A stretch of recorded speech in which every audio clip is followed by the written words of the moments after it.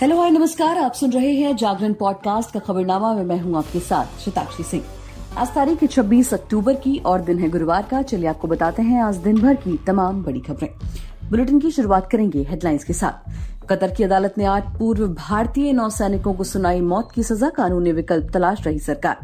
रिश्वत लेकर संसद में सवाल, एथिक्स कमेटी ने कहा महुआ मोइत्रा का केस गंभीर, 31 अक्टूबर को बुलाया। बिरसा मुंडा की जयंती पर विकसित भारत संकल्प यात्रा की होगी शुरुआत, पीएम मोदी दिखाएंगे हरी झंडी। मुख्तार अंसारी को एक और बड़ा झटका, 2009 मर्डर केस में एमपीएमएलए कोर्ट ने ठहराया दोषी। तनाव के बीच भारत ने वीजा सेवाओं को फिर से शुरू करने का लिया फैसला, कनाडा ने कहा ये एक अच्छा संकेत। आईडीएफ के टैंक और पैदल सेना ने गाजा में की सर्जिकल स्ट्राइक, हमास के ठिकानों को नष्ट कर वापस लौटे। सेबी के शिकंजे में बाप ऑफ चार्ट फाइनेंशियल इन्फ्लुएंसर पर बैन के साथ लगाया 17.20 करोड़ रुपए का जुर्माना। रोमांच से भरपूर सर्वाइकल थ्रिलर अपूर्वा का ट्रेलर रिलीज, तारा सुतारिया की एक्टिंग जीतेगी दिल। एक और हार तो पाकिस्तान का खेल खत्म, मजबूत साउथ अफ्रीका के खिलाफ होगी करो या मरो की जंग। अब खबरें विस्तार से जान लीजिए। कतर की एक अदालत ने 8 पूर्व भारतीय नौसैनिकों को मौत की सजा सुनाई है। ये सभी भारतीय 1 साल से ज्यादा समय तक हिरासत में रखे गए थे। कोर्ट के फैसले पर भारत सरकार ने हैरानी जताई है। मामले पर विदेश मंत्रालय ने कहा कि हम विस्तृत फैसले का इंतजार कर रहे हैं। भारत सरकार ने कहा कि हम कोर्ट के फैसले से गहरे सदमे में हैं। बयान में कहा गया कि भारत इस संबंध में सभी कानूनी विकल्प तलाश कर रहा है। हालांकि न तो भारत और न ही कतर की सरकार ने आधिकारिक तौर पर बताया है कि 8 लोगों पर क्या आरोप लगाए गए थे।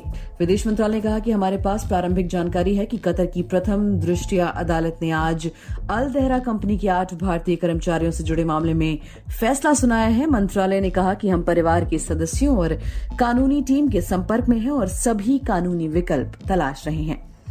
अगली खबर की तरफ बढ़ते हैं। पैसे लेकर संसद में सवाल पूछने के मामले में एथिक्स कमेटी ने टीएमसी सांसद महुआ मोइत्रा को 31 अक्टूबर को बुलाया है। सूत्रों के अनुसार महुआ को सुबह 11 बजे पेश होने के लिए कहा गया है। एथिक्स कमेटी ने पैसे लेकर संसद में सवाल पूछने के मामले में बुधवार को पहली बैठक की। इस दौरान जय अनंत देहाद्रई से भी पूछताछ की गई। बीजेपी नेता निशिकांत दुबे भी एथिक्स कमेटी के समक्ष पेश हुए। कमेटी ने इस पूरे मामले को एक गंभीर मामला बताया है। सूत्रों के अनुसार इससे पहले जय अनंत देहाद्रई और निशिकांत दुबे कमेटी के समक्ष पेश हुए थे। कमेटी ने दोनों की बातें सुनी। निशिकांत दुबे और वकील जय अनंत से हर एक पक्ष के बारे में बात हुई। कमेटी ने कहा कि ये बहुत ही गंभीर मामला है। कमेटी ने गृह मंत्रालय और सूचना प्रौद्योगिकी मंत्रालय से भी जानकारी मांगी। दोनों मंत्रालयों को पत्र लिखकर जानकारी मांगी गई। सूत्रों के मुताबिक दर्शन हीरानंदानी को कमेटी के सामने बुलाए जाने की संभावना थोड़ा कम है। चलिए अगली खबर की तरफ बढ़ते हैं। देखिए, केंद्र सरकार की कल्याणकारी योजनाओं को आम लोगों तक पहुंचाने के लिए विकसित भारत संकल्प यात्रा की केंद्र सरकार की तरफ से शुरुआत की जा रही है। बिरसा मुंडा की जयंती 15 नवंबर से पूरे भारत में इसकी शुरुआत होगी। प्रधानमंत्री नरेंद्र मोदी जनजातीय गौरव दिवस पर झारखंड के खूंटी से इसकी शुरुआत करेंगे। देश की सभी 2.5 लाख से ज्यादा ग्राम पंचायतों में ये यात्रा पहुंचेगी। इसके लिए सरकार की तरफ से 2500 से अधिक वीडियो वैन शुरू की जाएंगी। सरकार की विभिन्न योजनाओं का आम लोगों के लिए क्या लाभ है, लाभ किस तरह से लिया जा सकता है और जैसे तमाम जानकारियां साझा की जाएंगी। योजनाओं का लाभ जमीनी स्तर पर कितना पहुंचा है, लोगों का योजनाओं के बारे में क्या फीडबैक है, ये सारी जानकारियां इकट्ठा की जाएंगी। अगली खबर की तरफ बढ़ते हैं और बात कर लेते हैं मुख्तार अंसारी की, जिनको एक और झटका लगा है। गैंगस्टर मामले में गुरुवार को एमपीएमएलए कोर्ट ने उन्हें दोषी करार दिया है। अदालत 27 अक्टूबर को इस मामले में फैसला सुनाएगी। 2009 में हुई हत्या और हत्या के प्रयास का उनके ऊपर मामला दर्ज करवाया गया था। गौरतलब है कि 2009 में करंडा थाना क्षेत्र के कपिल देव सिंह की हत्या हुई थी, जिसके बाद मोहम्मदाबाद थाना क्षेत्र में मीर हसन ने मुख्तार अंसारी पर हत्या के प्रयास का मामला दर्ज करवाया था।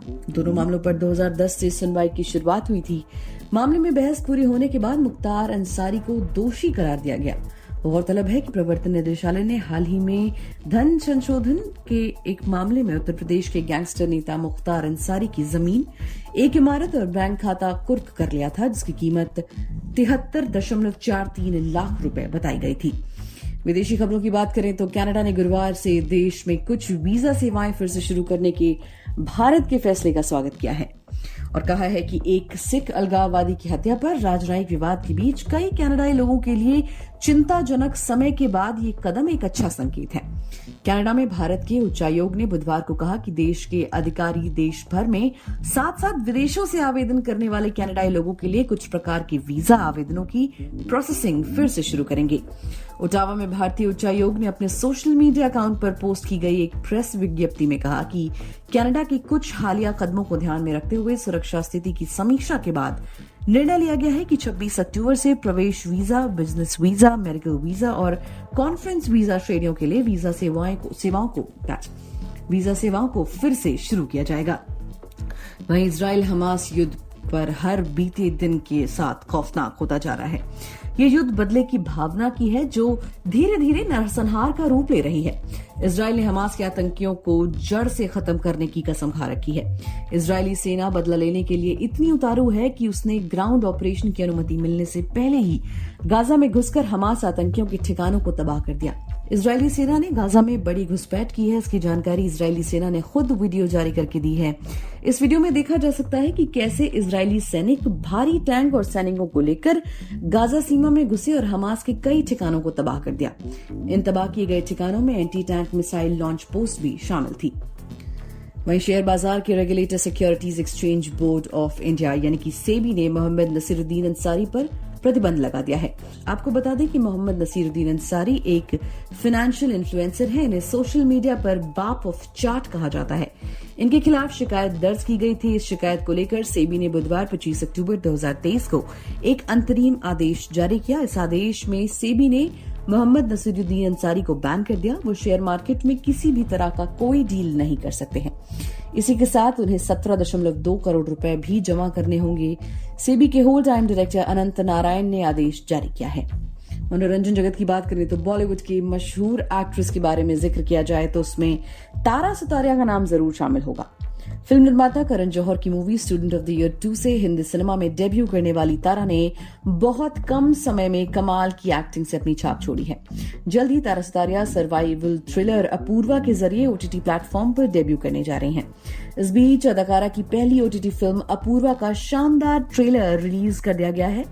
गुरुवार को मशहूर OTT platform Disney plus Hotstar ने अपने ऑफिशियल यूट्यूब चैनल पर अपूर्वा का शानदार ट्रेलर रिलीज कर दिया। इस ट्रेलर को देखकर ये कहा जा सकता है कि ये एक सर्वाइवर थ्रिलर मूवी है। खेल जगत की बात करें तो क्रिकेट जगत में कहा जाता है कि पाकिस्तान टीम पर कब क्या गुजरे कोई नहीं जानता। एक दिन वो विश्व विजेता नजर आती है तो अगले ही दिन कमजोर सी टीम से भी हार जाती है।